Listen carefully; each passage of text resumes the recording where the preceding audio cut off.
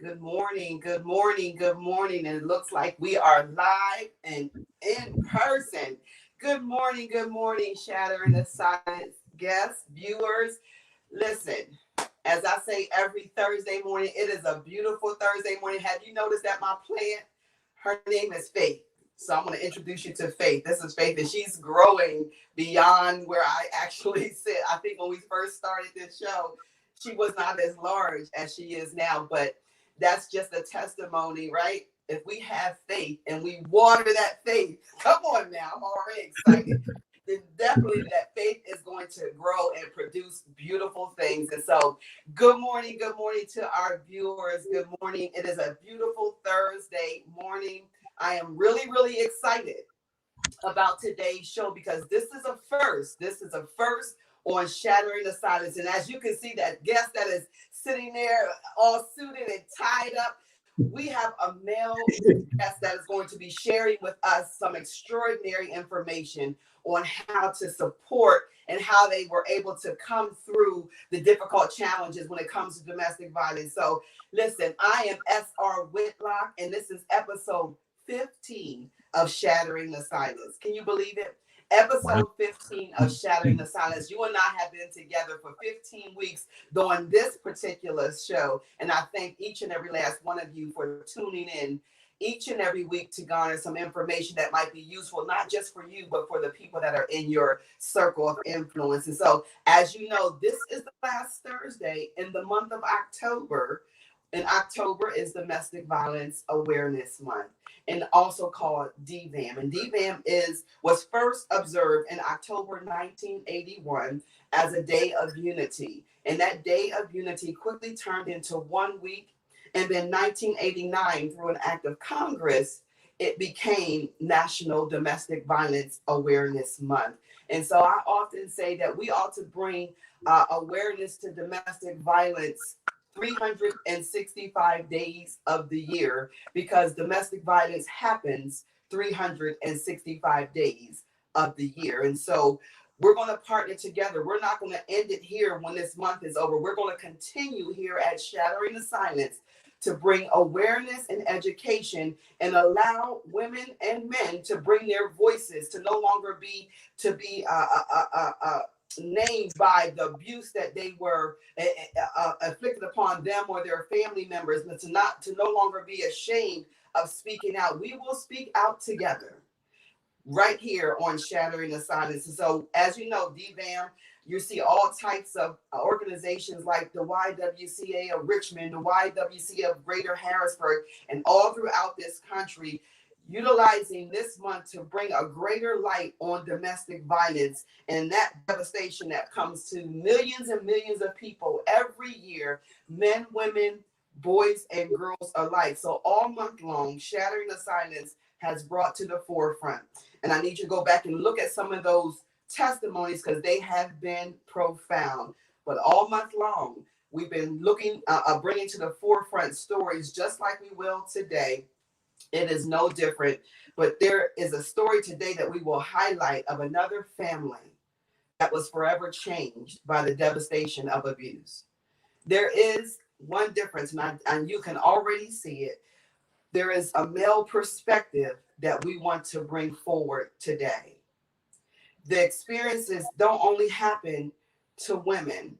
The experiences also happen to men. And so, as I say each week, if you have not already liked, shared, and commented on not just the She Is Still Dope network, which is found on all social media platforms, to include YouTube TV. Yes, we have our own network. That's nothing to just bypass. This is a network, a broadcast on YouTube TV, and soon to be all other platforms. I don't want to give that away, but you want to stay tuned because this network is going places. And so I would implore you to go over to YouTube TV and search She Is Still Dope Network and like that and actually hit the notifications button so you can get all the content that's being offered. And then not only that, today, I really need you all to go over to my page at SR Whitlock on Facebook because this is where it's live and pull in, tag 5 people, tag 5 of your cohort, tag 5 of your clergy members, tag 5 senior pastors, tag 5 of your cousins and your daughter or your aunts and your uncles. Tag 5 people today and pull them on over so they can get the message as we bring forth another testimony of how we made it through the atrocities of domestic violence. So like I do every week, I want to lift up the producers, the creators, the dynamic duo, Mr. and Mrs. Bailey, for what they do behind the scenes. Sometimes people that are behind the scenes never get the recognition that they deserve, but I intentionally try to do that every opportunity that I have to let you know that I'm not sitting here bringing this program to you on my own accord. I prepare a message for you, but they do everything in the background. Look at the things that are popping up right now. Somebody's behind the scenes doing all of what you see right now. And I always want to make sure that they get the accolades that they are due. Sometimes we have to affirm people with the work that they do because it is worthy. And so, Mr. and Mrs. Bailey, I appreciate everything that you do to bring forth the She Is Still Dope Network. And so without further ado, I want to bring to the safe spaces of the Shattering the Silence show our first guest, our guest this morning. And I'm not going to steal his thunder because I'm going to let him introduce himself because he has a lot to tell us. And I'm going, this is when I'm getting ready, Mr. Fulton. I start switching myself in my chair because I'm ready. So I want you to take your time and introduce yourself to our viewers this morning. Maybe your name, where you're from, any church affiliation, whatever you feel comfortable with sharing, please share it with the audience and introduce yourself this morning. All right. Well, thank you, Reverend Whitlock. Should I call you Reverend Whitlock or Sabrina? Because I know. See, Mr. Fulton and I, we have come a long way. We are friends. We have known each other for many, many years. And so whatever you feel most comfortable with, because I'm going to continue to call you Mr. Fulton because you deserve that title. And so whatever you feel most comfortable with, sir, you just, let me ask you this. How are you doing in this pandemic? I'm actually maintaining the best I can, like everyone else in the world, I guess. I've been actually working from home for a period of time, which is a wonderful opportunity because I never had that opportunity before. I've always had to actually go into work or work inside the hospital because I actually do work in a hospital. Okay. And this is my first opportunity in actually being able to work from home. So it's been a nice experience for me. It's sort of a break from the hustle and bustle that you normally endure during a normal day in the hospital. However, I do miss seeing some of my coworkers and some of the patients that I'm used to dealing with and so on and so forth. So it's been an adjustment. Now, But in the hospital, you don't have to give the name, the hospital that you work in, I can imagine there's a lot of frontline workers there. Are they experiencing a lot of COVID cases at the location? Yes, as you're well aware, I'm sure the COVID exposure is actually on the increase. We're into a second wave of it, and they are expecting a third wave of the COVID to actually occur. So currently, right now, in Virginia? yeah, the numbers are actually still going up. So you still have to you should actually be using your social distancing procedures, your hand washing procedures, wearing your face mask, all those good things to keep you safe and healthy. Because just when you let your guard down, that's when you experience, relapses in it. So you definitely want to adhere to all the guidelines in regards to keeping everyone safe. Yeah, wow. This is some really good information that we didn't even anticipate. I know some your sound is going in and out just a little bit. So I'm not sure we need to adjust that or not, but I don't want people to miss because that was some really good public service announcement, because you're right on the front lines. Yes.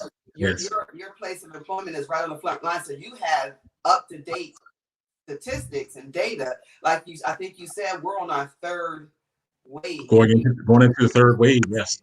Here in this area. Oh my goodness. And so all of those precautions that you gave for our viewers, we really need to take those seriously, y'all, because there are so many.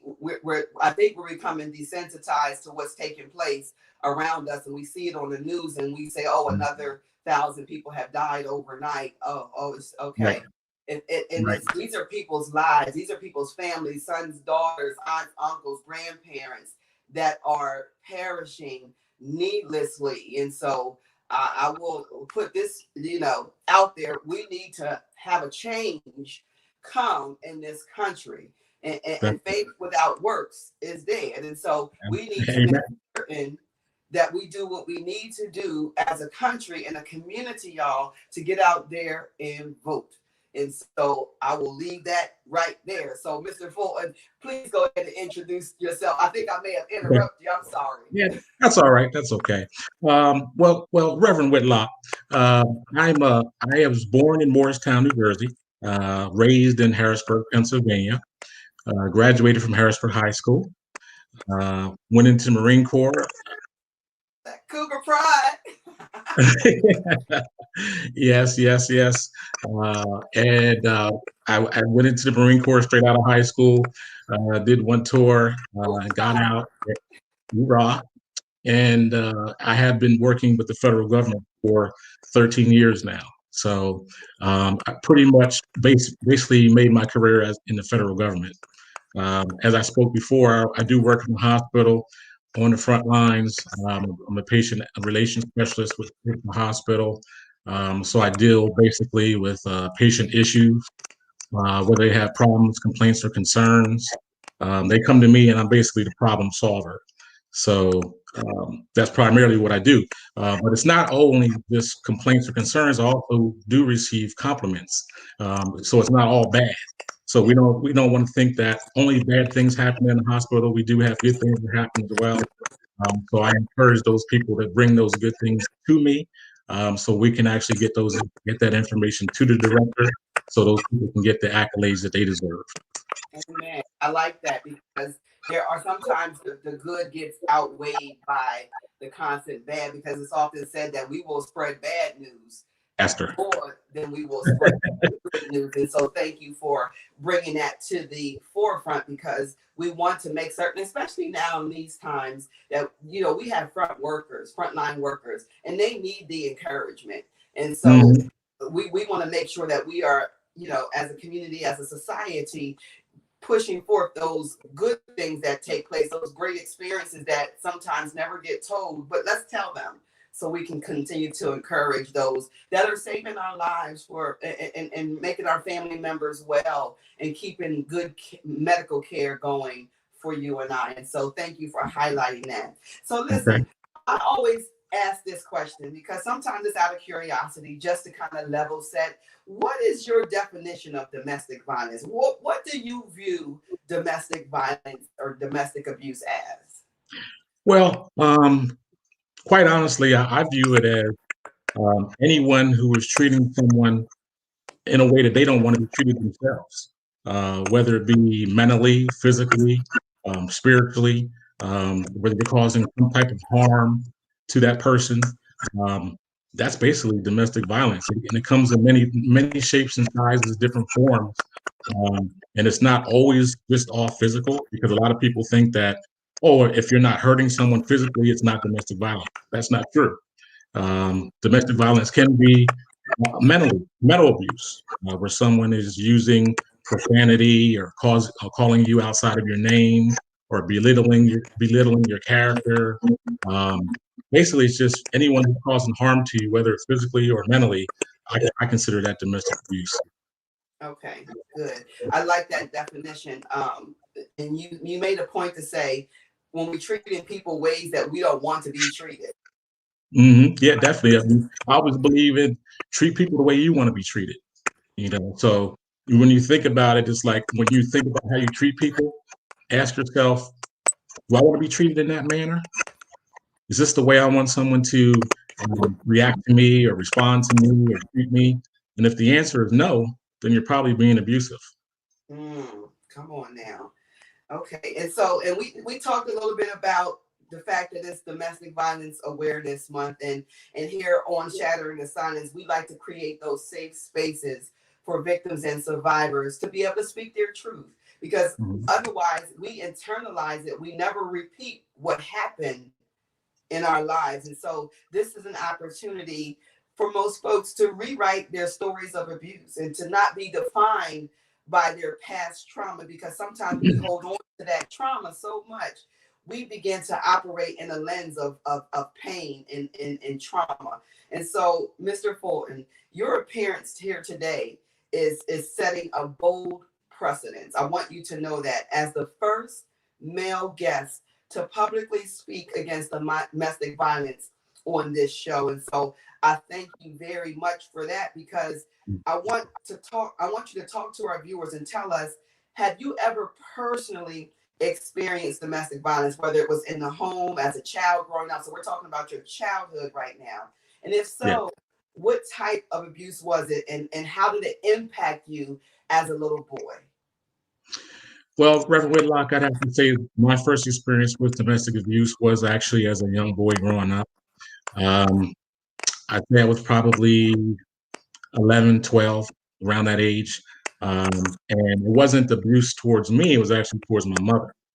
My mother was involved with an abusive person who actually drank a lot. His normal daily routine was to go to work, come home, drink whiskey, and drink to the point of intoxication. My mother actually indulged in alcohol a lot with him. And a lot of times, actually, after they got intoxicated, abuse occurred, where you're normally started off verbally with verbal, altercations or verbal arguments. And then they escalated into more physical situations where I actually witnessed my mother being hit, pushed, slapped, thrown on couches, all kind of different situations that happened. And as a young kid growing up, like 11 or 12, it's kind of traumatic because number one, being that you're watching your mother being abused, it affected me in a way where I felt like, is this the norm? As a young boy, I was like, is this what a man is supposed to do? Is he supposed to smack his mother or smack his wife, smack his boyfriend, punch her or kick her or throw her around? Is this normal? And I knew it wasn't. I knew it wasn't because my friends' mothers and fathers didn't fight like this. So I knew something was wrong with it. And it actually, I can remember one situation where they actually went out for an evening out and they came back home, and I could tell that they were both intoxicated. But I happened to notice my mother had a lump over her eye. So I asked her, I said, Mom, I said, what happened to you? Thinking I already had in my mind what probably happened. Right. But before she could answer, he interrupted her and said, he had a car accident and she hit her head on the steering wheel. And I said, well, I didn't ask you. I said, I asked my mother. So he said, oh, so you're grown now. He said, do you want to go outside and handle it?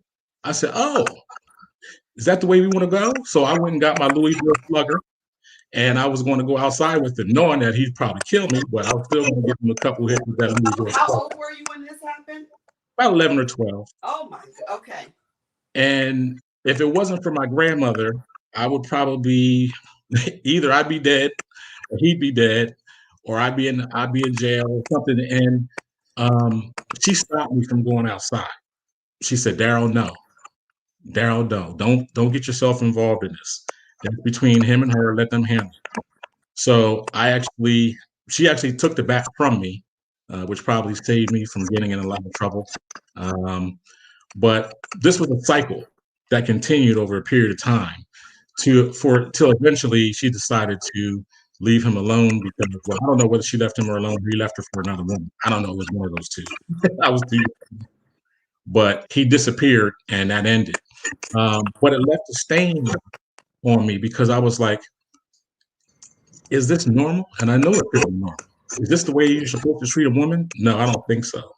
So I always thought to myself, I wanted to be bigger and bigger than that. And it's left a mark on me where I would never put my hand on a woman because of that. Okay.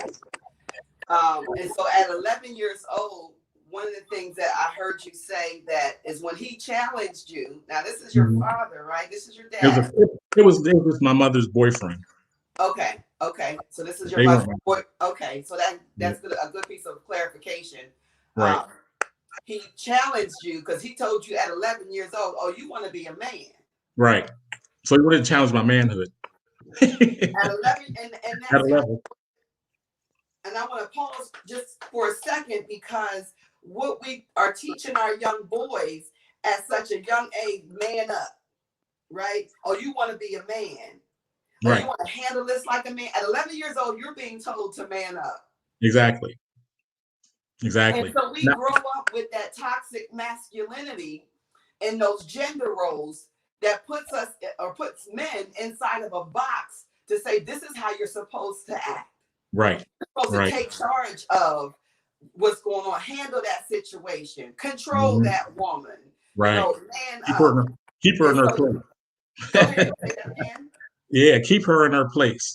Let her know that you're the man, you're the king of the castle, and you run things.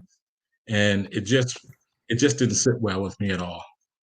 And I appreciate you bringing that out because that is certainly the toxic masculinity that we so often talk about. But we have to be able to recognize how that toxic masculinity plays a part in how we operate in our relationships, in our friendships, as an employee, as a boss and a CEO. That all carries over into every other aspect of our lives. And so I'm glad you brought that up. And so in addition to what you personally experienced in being challenged to see your mother being abused and seeing the alcohol that's, and playing a part is not the reason. It plays a part in it. Seeing all that, I know that there was another more dire experience that happened within your family. Can you share with our audience what that is? Yes. Well, unfortunately, say my oldest sister, who would have been 65 now, was actually murdered by her boyfriend at the age of 31. She was college graduate, had everything going for her, had a great job, had her just getting started in a great career. Was involved with a police officer, a narcotics officer. I know she thought that she was safe with him being that he was a police officer. And in today's world, we're seeing that maybe not all police officers are the epitome of safeness or, and not to speak bad about the police because, I do respect the police. I know they have a difficult job to do and they do protect us. Not all police officers are bad. So don't get it twisted like I'm saying that. But, there's good and bad in every person, in every opportunity or every employment. Every job, there's a good and bad person in it. So this person happened to be a police officer, a narcotics officer, and she happened to find some drugs in a closet that they both shared. And when she asked him about the drugs, he basically didn't have any explanation as to why those drugs were in the closet. Okay. She didn't want to have any part of it because she knew that during one of their busts, he must have not have turned in all the drugs. They're supposed to turn them in. I don't know whether he was part of it and selling it or using it or whatever it was, but there was a stash of drugs in the closet. So she decided to leave him. Well, he didn't want that. He was like, if I can't have you, nobody can. She actually left. She lived in New Jersey at one point. She moved to Philadelphia. Him being a police officer was able to find her. He found her. He waited for her outside her apartment when she got off work. From what the neighbors say, they saw him sitting in the car waiting for her. When she got home, without him to come into the apartment. I guess he somehow talked to her about let's getting back together, let's talk about this, blah. I don't know what the situation was, but she made a fatal mistake and let him inside the apartment.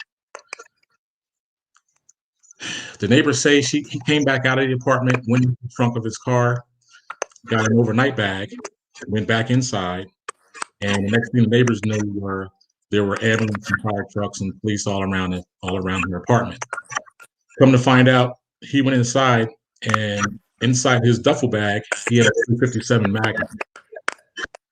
So he shot her 3 times, killed her point blank. Then he tried to kill himself, but he was a coward because when he went to put the gun in his mouth, he shot out his jaw. And then he tried to shoot himself in the chest, and he got scared. And the bullet went upwards and got a flesh wound. So he laid on the floor bleeding when the ambulance came up and all this, and he tried to say, "Boy, he tried to commit suicide." Well, we know that didn't happen.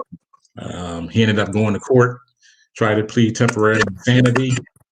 Being that he was a police officer, there's no way you can plead temporary insanity in a situation where you drove from New Jersey to Philadelphia with your service weapon and went inside and killed this woman. So it was definitely premeditated murder. Murder 1. He got life in prison, and he died after 7 years of service. He served 7 years in prison, and he finally died of tuberculosis. So, I want to just express my sadness to hear that you experienced this and your family experienced this, and these stories deserve our attention. They do. And I'm trying to think of the words right now. And sometimes, this is a live broadcast, right? But we cannot take out the emotion of who we are. So when we hear something like this, a premeditated murder. Now, so she moved to a different state. Right. Right. She moved from New Jersey to Philadelphia. From New Jersey to Philadelphia. He packed a bag, leaving Philadelphia. Leaving New Jersey. What he was going to do. Oh, yeah. He knew exactly either he was going to get her back or he was going to kill her. And she wasn't going back with him. So he was like, well, if I can't have you, no one can. And he shot her. And he shot her 3 times, and he definitely meant to kill her because every shot was in a vital area. So he meant to kill her, and he knew where to shoot her. So. And she was how old, Mr. Fulton? She was 31 years old. 31 years old. How old were you at the time? I was 21 then. You were 21. So at 21 years old, your sister is murdered. Yes. As a result of domestic violence by someone that we put our public trust in. That was the hard part of it. It's like you don't expect that, but you see it more and more every day. So it doesn't surprise me. And so I want to make sure and like he said, not all police officers are bad, and that's not what we're talking about. We are raising our voices against the atrocities of domestic violence. And the bottom line is police officers are abusers. There are some that are abusive, and then there are some that are being abused. And I can attest to that because I work, and you all already know this. This is information that is not hidden, that I worked on the police force for a very long time. And during that season that I was on the police force, I was experiencing domestic violence. I was being abused. And so when I say that no one is exempt, I mean no one. Police officers, judges, lawyers, no one is exempt. Social service agencies, workers, I don't care who you are, what title you have in front of your name, after your name, no one is exempt. And so we are highlighting the fact that we put our public trust. Your sister put her trust inside. Were they married or were they inside her significant other, who happened to be a law enforcement officer? Yes. And her life is taken far too soon. as a result of domestic violence. Yeah. And Mr. Fulton, again, I'm saddened with you. And I know that sometimes when we start talking about things, especially no matter how long it's been, it still rises within us a response of grief. And so my prayer is that everything that you're pouring out here today, that God restores you. Thank you. Because you're doing a wonderful thing, because men don't speak out as much as women. Women don't even speak out that much, right? Right. But And it's true. we need more men to speak out Yes. like you're doing. And so your bravery does not go unnoticed today. Thank you. So I appreciate that. And I'm going to ask you this question. Did anyone in your family know that there was something going on with your sister? And was it like it was an abusive relationship happening? Well, just like you just mentioned, a lot of people don't speak out. When they're in those types of relationships, they keep it to themselves. And they keep it to themselves for a lot of different reasons, whether it be they feel, shame, or they worry about ramifications from telling people, or they worry about hurting that person who's actually the abuser. There's a lot of different reasons why people keep it to themselves. But in this particular situation, she decided not to mention it. And I wish she would have mentioned it, because had she mentioned it, she might be still alive with us today. So I feel like it's best to always bring it out, regardless of ramifications, regardless of what's going to happen to the other person. If they're abusing you, it needs to be exposed. It doesn't need to be covered up, because it's not going to stop unless you shed light on it. Mm, mm. Unless we shatter the silence. That's right. We shatter the silence. And so I know that looking back, because we always talk about in advocacy work, there are warning signs or red flags, we like to call them. Do you think you or anyone in your family noticed any red flags? I can guarantee you now. I have two other brothers that I know if they would have found out, something would have been done to him. So Right. no, there weren't any red flags. It was something that was totally out of the blue, something that we totally did not expect. I didn't even know, that she actually found drugs. She never mentioned it. She just kept it to herself, and she was that way. She was like, "I'm just gonna handle this my way, Yeah. and I don't need to worry about anyone else about this. I'll take care of it." And I guarantee that she thought, well, when I move, everything's going to be all right, because I'm leaving. He's in New Jersey, I'm in Philadelphia. Everything's going to be okay. But she didn't expect him to travel and kill her. Right. And so how long were they together? I would say 3 or 4 years, maybe at the max. And so, and the reason why I asked that, because this is what I want to highlight for our viewers, because some people never say anything. Mm-hmm. Then there's no red flags that were identifiable to you or your brothers or your family. Right. And so your sister suffered in silence probably for years. And Could then be. she transitioned to another state, Mm-hmm. for under whatever guise that she may have given family and friends, hey, I'm leaving for whatever reason, but she was trying to get away. Yeah, and she felt like she got away.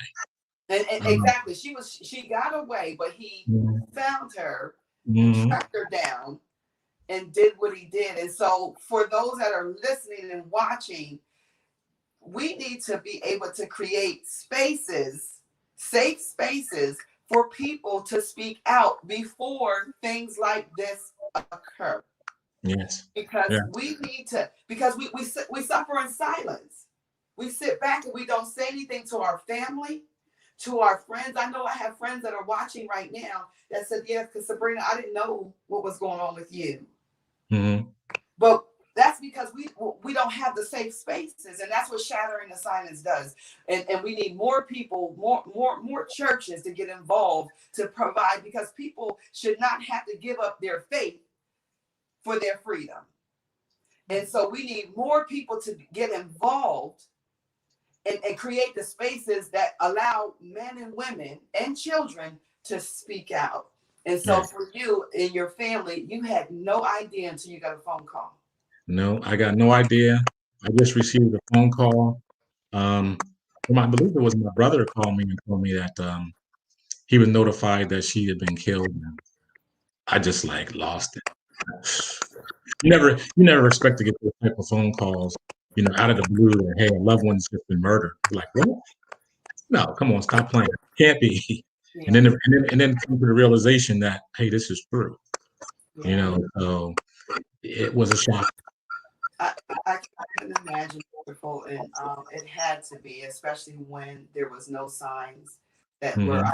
identifiable to the family. And then the other thing I'll say it in this part of the show is that we have to begin to educate ourselves and one another, help. And this is what we do here at Shattering the Silence, is bring education. Like, what are the warning signs? And so some of the warning signs that may occur, maybe they're acting different, maybe our loved one is isolated more than usual, or they make excuses for why they can't come to the family functions anymore, and I'm busy so I can't make it, where they used to be really involved with the family and their friends, but they no longer do the things that they used to. And then they're maybe making excuses for why their significant other is making the choices that they're making and being so aggressive. And so even maybe when you do see them out as a couple, the girl looks timid and she looks like she can't say anything. And I'm not saying that was the case with your sister, but these are some of the signs, y'all.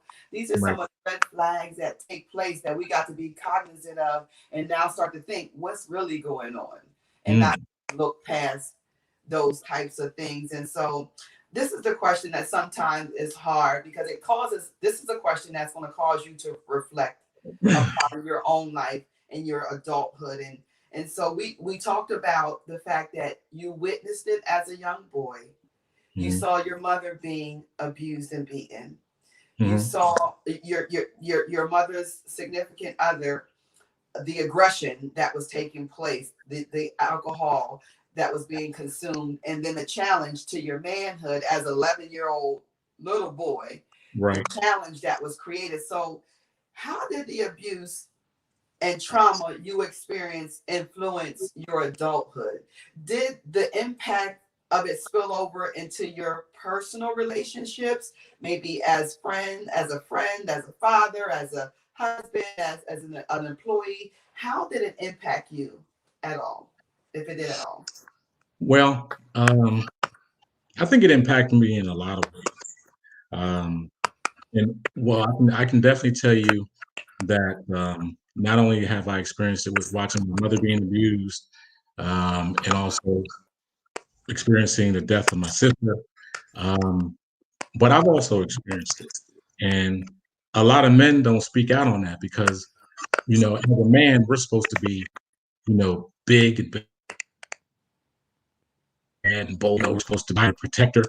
No one's going to hurt us, but you'd be surprised that there are a lot of men out there that are being abused, and they don't speak on it because they're like, there's no way a woman's going to abuse you. Well, you see every day that there's women that shoot men, stab men. If you just look at the headlines, you'll see it. Murders happen every day. And I was actually um, a victim myself, with a person that I was involved with, and I won't mention any names, but a person that I was involved with, of course, it was a female, and she was very controlling, jealous, didn't want me to go anywhere. I couldn't have any friends besides her, and basically wanted to know my every move, and basically became abusive. It started off verbally, but then it became physically, where she actually did. I was actually struck in the mouth with a Walkman. Remember the Walkmans back in the days? I The do. block part, not the headphones, but the block part. She had that in her hand, and we were having an argument, and she basically, I said, "What are you going to do with that? Are you going to hit me with it?" Why'd I say that? She threw a fastball and it hit me right here in the mouth. Bam! Busted my lip. I'm like, what? and I can't say what I want to say online, but I was like, well, I had a handful of blood, and my thing was, oh, I want to choke her. So I started to squeeze her neck, and I was like, oh my God, I'm going to kill her. And I had to let her go, and I was like, see, her violence is going to cause me to, put violence on her, and I was like, I'm not going that route. I'm not going to go that route because what's going to happen is either you're going to be dead, I'm going to be in jail, or vice versa. And there were situations where, she actually jumped out of the closet with a butcher knife on me. She told me she was going to kill me, but she just didn't get a chance. A friend of mine actually told me that she was going to make special wonton soup for me. And as a band, we would laugh it off. But then when I would go home, I would think about it like, I wonder if she would actually do that. Because people do poison people any day, every day. So I'm like, I wouldn't put anything past her after those situations occurred. So I was like, when she told me she was going to kill me, but she just didn't get the chance, I was like, well, you're not going to get the chance. And that's when I left. Because I was like, I know this is not going to end. This is not going to end good. Right. So before it goes any further, I have to move on and leave the situation because it's going in the wrong direction. So what I have noticed, or what the indelible mark that is made on me, is just like I can't be in an abusive relationship. I've seen it, I've witnessed it, I've experienced it, and that's just not something that I will allow to happen in my life any longer. And if I see it, I definitely will try to stop it to my best of ability. I will speak up on it. I will not push it under the covers where it doesn't exist. I will expose it because I know what can happen if it's not exposed. So yeah, thank you for sharing that, and thank you for such transparency. Because, sure. like you said, we teach our little boys from an early age, toughen up, man up, handle that. Don't be a punk. You act like a girl. Right? You act like a girl. So in other words, you're already putting that male that in his mind, that as a young boy growing up as a male, how he's supposed to treat women. Right. Because when you say you're acting like a girl, what does that mean? A girl's weak? She can't take care of herself? Right. What does that mean? So stop it, y'all. Stop it. Right? Yes. Doing things to our young boys, and then they grow up internalizing everything that takes place. They don't bring it out. They don't share it. They don't shatter the silence. And then it just keeps getting perpetuated over and over and over again, generation after generation after generation. Right. And so I just want to honor you for your transparency, for talking about the abuse that you experienced. Like he said, men are abused too. Right? Every day. And it needs to be talked about. It needs to not just be talked about. Folks need to be held accountable for the crime of domestic violence, because domestic violence is a crime. Because if you take away the part of it being an intimate partner or a family member, it would be simple or aggravated assault. So let's call it for what it is. That's right. Begin to take a cushion off of, it was domestic violence, meaning it was a personal thing. No, that's not the case. It was a crime. Look up the crimes code. Right? So thank you, Mr. Fulton, for sharing your experience, because I know for a fact that there are men that I know in my circle that I know of that have been abused. Sure. I won't say it because they're sucking it up. Oh, it happened before. But my prayer is that your testimony today will cause other men and women to reach out to me to say, hey, I want to be able to shatter the silence too. Maybe if I have that type of courage, maybe another 2 or 3 people will come out and say, I'm going to share my story. So I honor you and I thank you for sharing that. And so with that being said, I want you to talk to the viewers at this point. And what would you say to someone, because they may never come out of the shadows. What can you say to the audience, first to the men who feel like it may not be their place to get involved when they know that something has happened. So first to the men, speak to them. I would say to the men, if you feel that you shouldn't get involved, just think if it was your sister who was murdered, like mine was. Just think if it was your daughter who was murdered or is being abused. Just think about any female that's in your family. Just think if they're being abused and you don't say anything. What could the outcome be? What possible outcome could happen? Yeah. It doesn't help anyone to keep quiet. It doesn't help anyone to think that it's going to go away, because it won't. You have to shed light on the darkness in order for change to happen.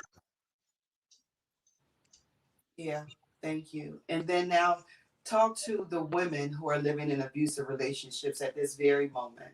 What would you say to them? I would say women definitely. If you are in an abusive relationship, whether it be verbally, mentally, physically, spiritually, get out.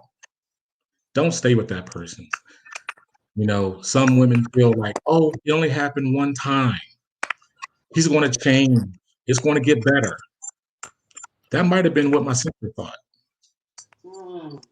My God. Didn't happen. My Didn't God. happen. And then now talk to the man or the woman who was the perpetrator, who was doing the abusing. What would you say to them? To those abusers out there, I would tell you this. Get help before it's too late.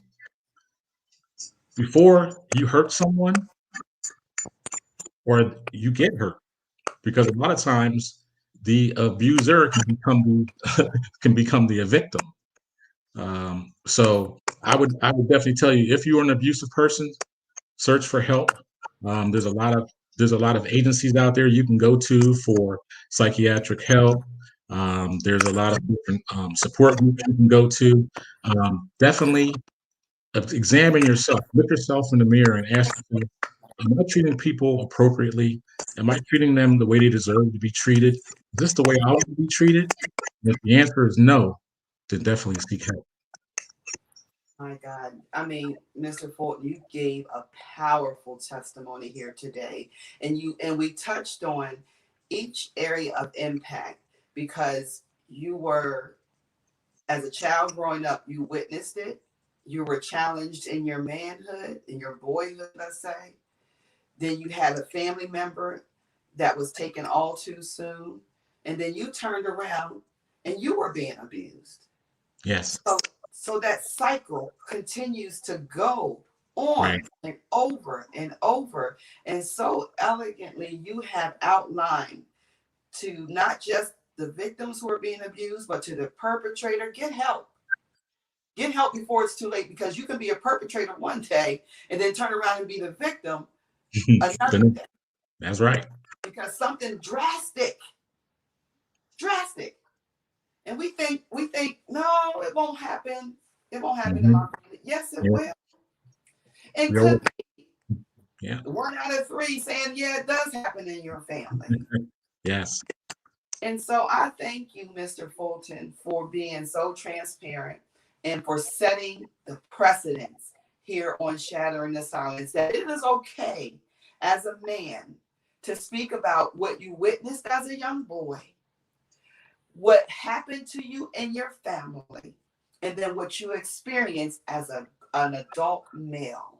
Yes. But now talk about the freedom, because I heard you say, I won't tolerate it. If I see it happening, I'm going to do something about it.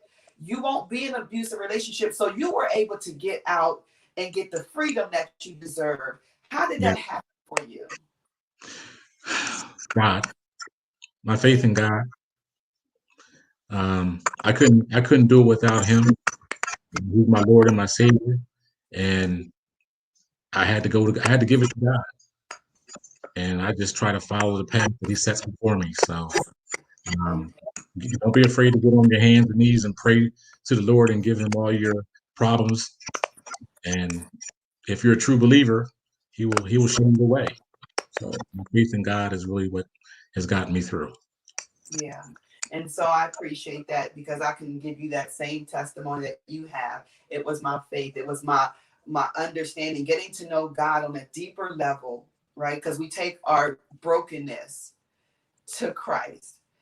And somehow I can't give you all the steps. Nobody can, because our salvation and our walk and our relationship with God is individual.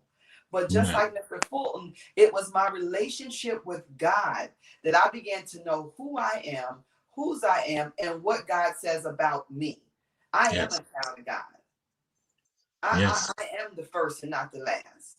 That's right. I am beautifully and wonderfully made. I began to Yeah. believe those things about myself, but that was only through the relationship that I had to build and continue to build each and every day. That the more I began to realize who I am, the less I would tolerate the mess of domestic Exactly. violence, right? Exactly. Like you, Yeah. I was almost about to say something else, but we're live. I can't. I can't. Mrs. Bailey Yeah. will get me if I say something bad. But even she would attest to it. It is our relationship with Christ that we began to understand exactly who we are, what God says that we deserve, and Right. abuse is not. You're right.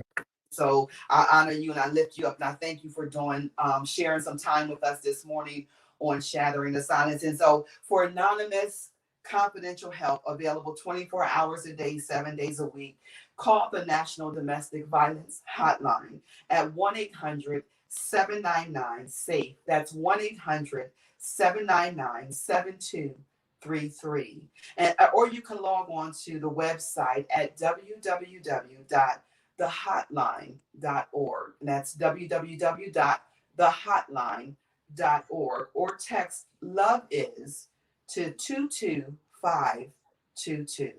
That is our show this Thursday morning. Thank you so much Oh, for watching. Thank you, Mr. Fulton, for your bravery, your courage, and your leadership. And I just know, I believe that more men will reach out to me and say, what must I do to speak out against this atrocity? Even for my colleagues in ministry, there was, matter of fact, I wanted to, there was a church, what's the name of that church?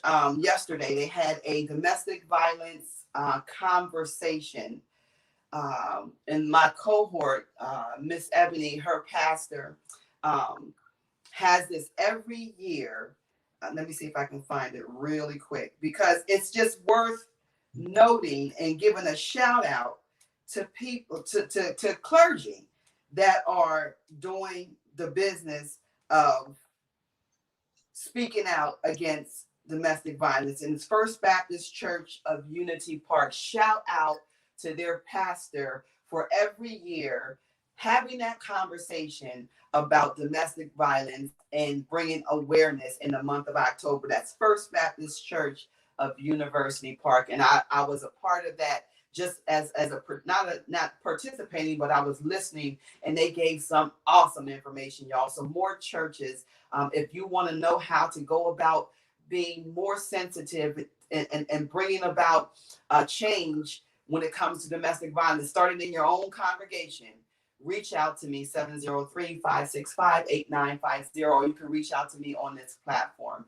Listen, y'all have a blessed week. I honor you. I thank you for tuning in every Thursday morning. Mr. Fulton, you have a blessed day. Continue thank to you. be safe, and thank you for your courage.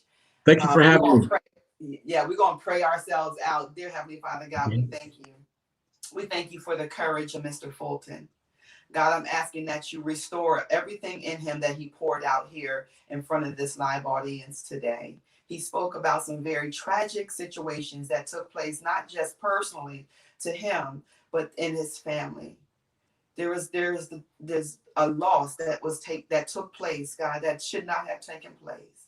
God, but you hold us in the palm of your hand. So I'm asking that you hold Mr. Fulton all day throughout this day and moving forward. God, keep him safe from all hurt, harm, and danger. Yes. Lord, we love you and we honor you today. We lift you up, Lord. We know that you are still in control. no matter what we see taking place around us. And so for that, God, we give you glory, we give you honor, and we give you praise. In Jesus' name I pray. Amen. Amen. God bless everyone. God bless everyone, and have a wonderful, wonderful day. All right. Take care. Thank you. Take care. Take care.